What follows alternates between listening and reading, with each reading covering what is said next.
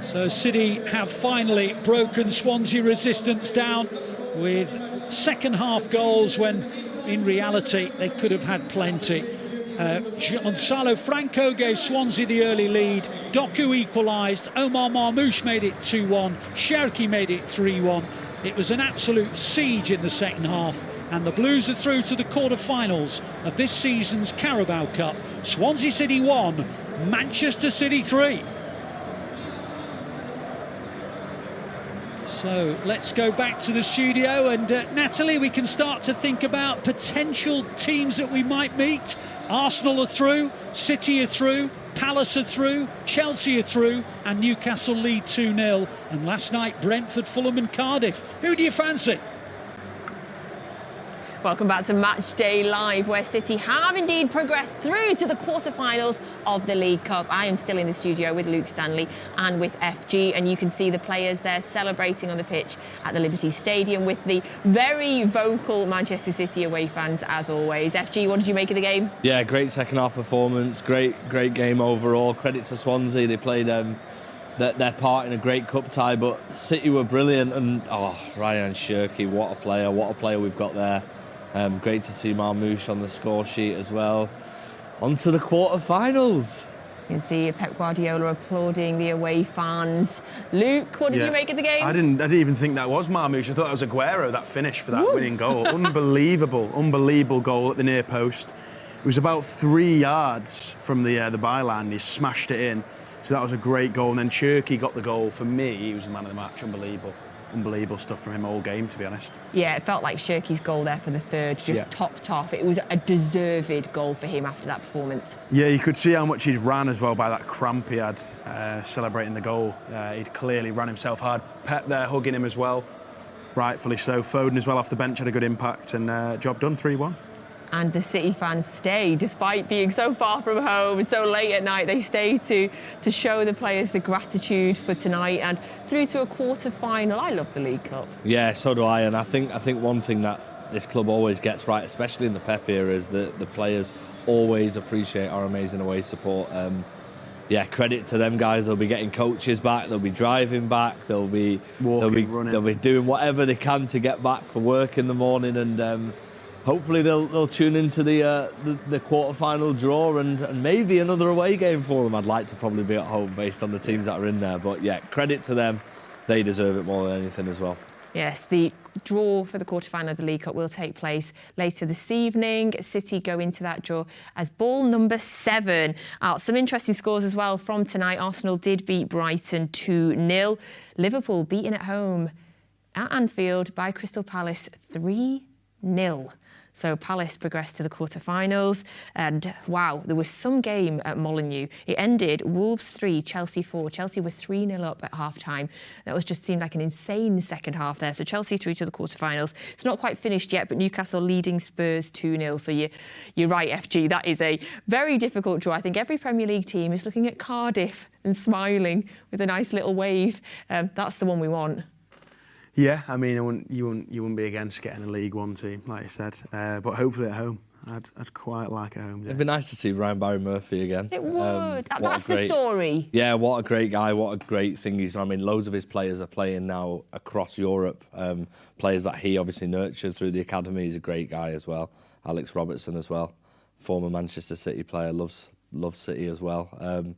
But yeah, ideally anyone at home, I'd say. At this point, all the people in the away end as well wouldn't quite mind a home game as well. It might be a bit of a shorter trip. I tell you what, Newcastle away would be freezing, wouldn't it? Oh, we've got that coming up anyway. That'd be a cold one on a midweek in December. Yeah, but no, credit to the fans tonight. They were unbelievable. We could hear them in the studio through what they were doing all the way from Swansea. So yeah, shout out to them. So, of course, at half-time it was 1-1, and then into the second half, City just seemed to rise the tempo. And as the game got on, City controlled it more and more and more. And I was very much giggling at one point, but just before City got the second goal, at one point you noticed that all 11 of the Swansea players were all within about a 25-yard area of each other in the Swansea half. Andy described it as the most deep-lying block that you'll probably ever see in a football game, and that is exactly what it was. And you knew it was going to take magic, a moment of magic to break up how deep Swansea and how tight Swansea were defending. And that moment of magic came eventually for Omar Marmoush. A shout out to the ball again from Shirky. But Luke, I think you described it perfectly when you said it reminded you immediately of Sergio Aguero. Yeah, like I said, he just fired it at that near post, so much power, and it was like watching Aguero. So I'm sure the comparisons will be made on social media and stuff like that, and I'll probably be drawing a few as well myself. But ultimately, like I said, Cherki was unbelievable. Marmoush as well, getting a goal after being out for quite a while, that'll do him some good. And yeah, like you said, Cherki with a goal and assist, I believe, very, very promising stuff. Yeah, it was such a pivotal moment, that as well, because you didn't want to start getting frustrated, but obviously how deep Swansea were defending, how tight the spaces were, it was going to take that moment, and that ball just sliced in, and Marmoush's quick turn was what we needed. Yeah, there's a lot of frustration, I think, in the way he hit that ball, and even with the celebration to a degree. But, I mean, we were patient, and I think in moments like that, that's what you've got to be. Sometimes it doesn't quite go your way, but there was only one team going to score in that second half based on how well we played. Swansea defended well, but they just ran out of steam. And I think someone in the studio got the scoreline spot on. Yeah, I did all right. I'll take that. On his second goal, we'll say. On his second goal, yeah. He did correct himself, but yeah another. How many scorelines have you got right? Because Arsenal away, you got right. Yeah, I've had a few this season. I won't be doing any lottery numbers because I think that's a bit much. But I have had a few requests for those. I don't know. I just get a few. I've had a few of the scores. I tend to get the ones we lose wrong though, which is as is what you'd expect. But yeah, hopefully we can keep winning. Yeah, well done. Mystic Luke, can you please predict the quarterfinal draw? Who is City going to get? We'll have Cardiff at home. Lovely. Do you know what? If that comes true, we all owe him a drink. Yeah. I think we might get Crystal Palace away. Oh, no thanks. Yeah, Crystal Palace away would be a difficult game, I think. Obviously, with what happened in the FA Cup, I'm sure that would be... Yeah, I'll give Dean Henderson a nice reception. Yeah, I'm sure you would. Look, it's going to be tough, whoever we play. But yeah, I'm confident. Yeah. Nice to be in the quarterfinals again. Yeah, and we sealed that quarterfinal, of course. Ryan Shirky getting that deserved goal for him this evening. City's third goal of the night. And it was lovely. I mean, he turned... Lovely turn in the box, took that just into the post, just past the Swansea keeper.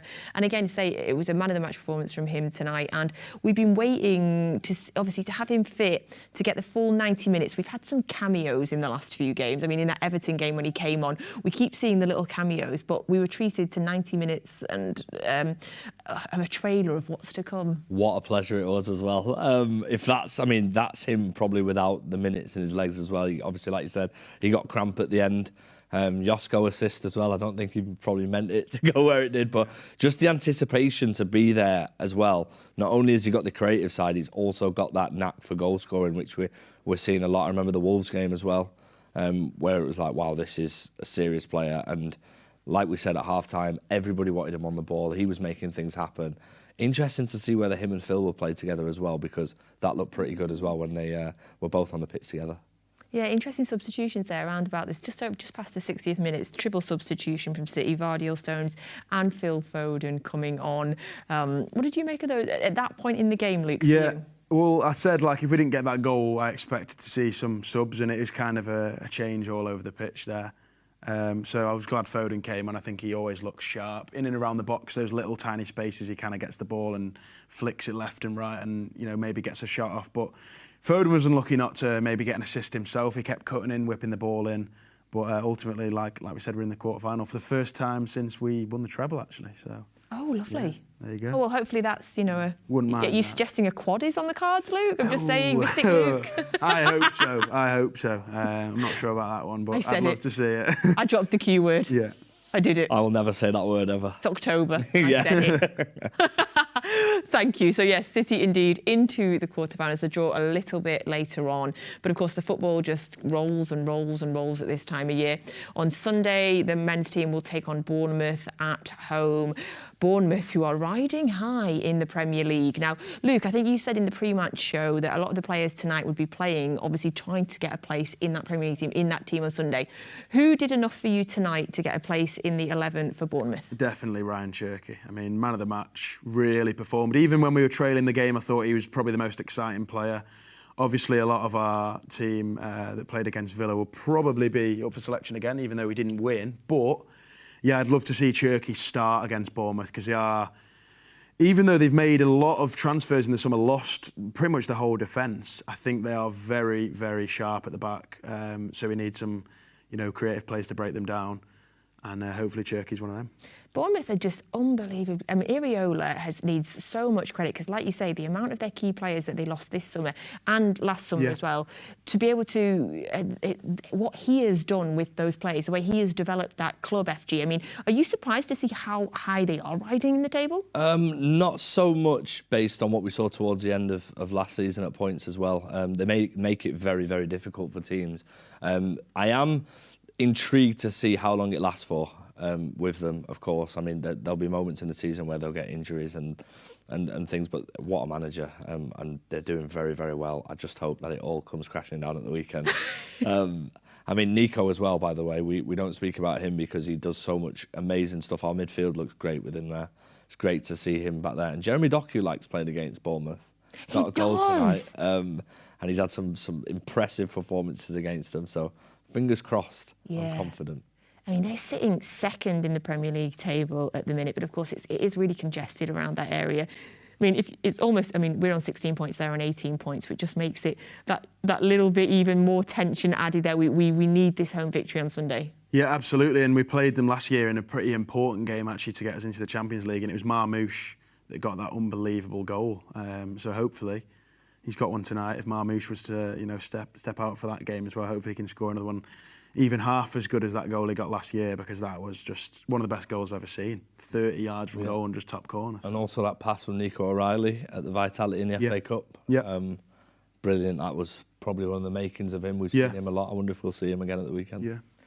Your memory must be nuts, by the way. Like the amount of goals you've pulled out. Can you remember all the goals that you've seen? Oh, honestly, I can remember a lot of goals. I've got one of those brains, just numbers, goals, all sorts. Just sticks in my head. So yeah, it's not a bad trait to have, I suppose, for this kind of stuff. But we'll have to do some sort of test on you next time. Bring it on. I'll do it. I'll do a test. You're on the show on Bournemouth, right? Yeah. Over to you, producers. Okay.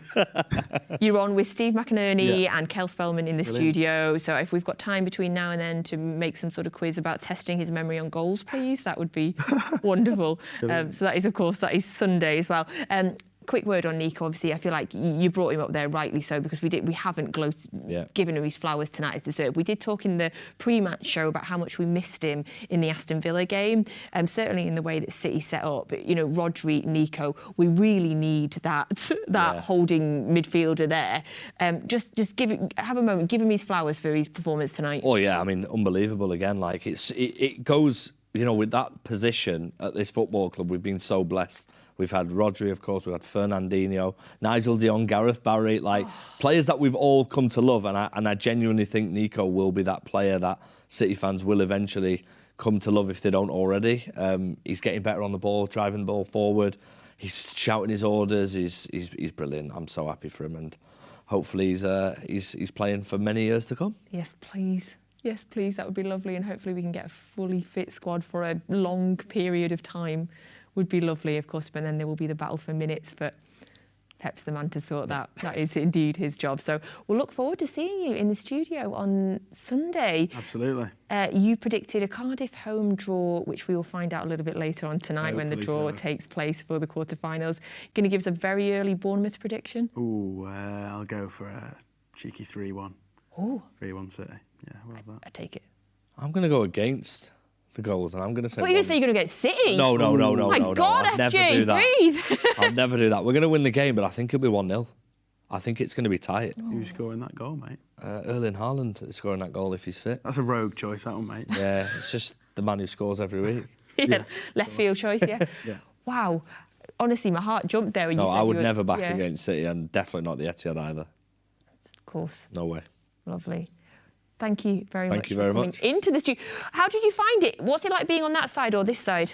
I mean, to be honest, I like both, but I mean, it's been fun, It made it easy for us, so thank you. Good. Apart from your geography? Yeah, I mean... We'll allow you. Didn't like geography at school either, to be fair. Thank you. Luke, thank you so much for coming on tonight and forsaking your consecutive games. Oh, honestly, it was gone anyway, that. It was gone anyway, that. Swansea away. That's why I don't want Cardiff away in the next round, because then it's going again. We'll have them at home, please. Thank you very much for coming on. Keep up the excellent defending of City across the media. We noticed. Thank you. Thank you all for watching Matchday Live. I'd say Bournemouth on Sunday. The games continue to come thick and fast, both for the men and for the women. Because, of course, in the men's international break, Saturday the 15th of November, you will get the Women's Manchester Derby at the Etihad Stadium. It is a game you have to be at if you can. These rivalries in the women's game just get stronger and stronger and stronger. And at the Etihad Stadium, Manchester Derby, you have to be there. International break, absolutely no excuses. 2 weeks' time, Saturday, 15th of November. The kickoff is 1 o'clock. So tickets are available now. If you can get yourselves down to the Etihad, get down there and I will see you there. I cannot wait for that game. So City through to the quarterfinals of the League Cup. The draw to come on a little bit later on. We thank you for joining us on Matchday Live. And do you know what? I've got Wembley in my sights already, guys. I'm saying it. I'm saying it. Thanks, everybody.